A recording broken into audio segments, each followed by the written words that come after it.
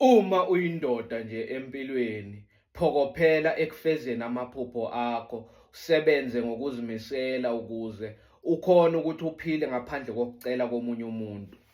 Mina into engiyibonile nje empilweni kusikasi ukuthi uma uyindoda uthandwe ngokuthi nje unguwe.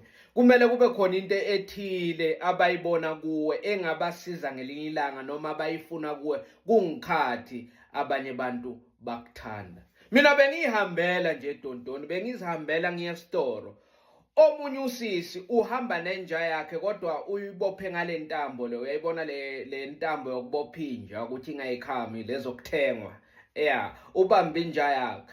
Uma mina ngizondlula, hayi yankonkotha inja. Eyisoyayibamba inja ifuna ukungiluma. Ifuna ukuza kimi ize yehle izinxe. Uyayibona uyidonsele emumva uyayikhuza. No, hey wena man, hey, Fusek wenzani manje?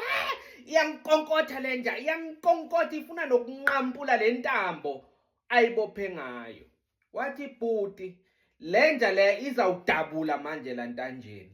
Ngicela ukuthi uphangiphangise uye la uyakhona ngoba manje le nja seyinolaka kakhulu, vele ngiyayazi iyawazonda amadoda.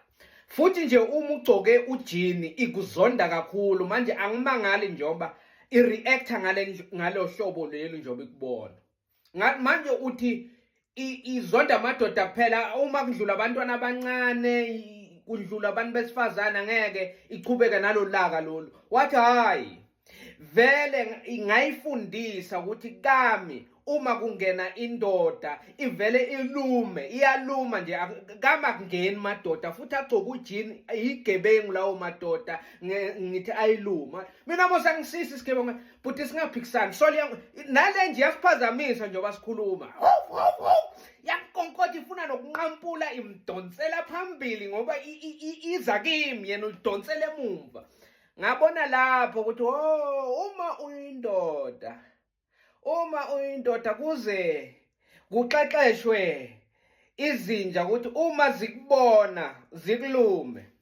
Ucabange nje ukuthi uma uyindoda, mina ngathi sengidlulile ne, sengicabanga nje ngedwa ngathi yazi ngiyathemba le ndlu lo sisi ahlala kuyo yakhiwa ngamadoda.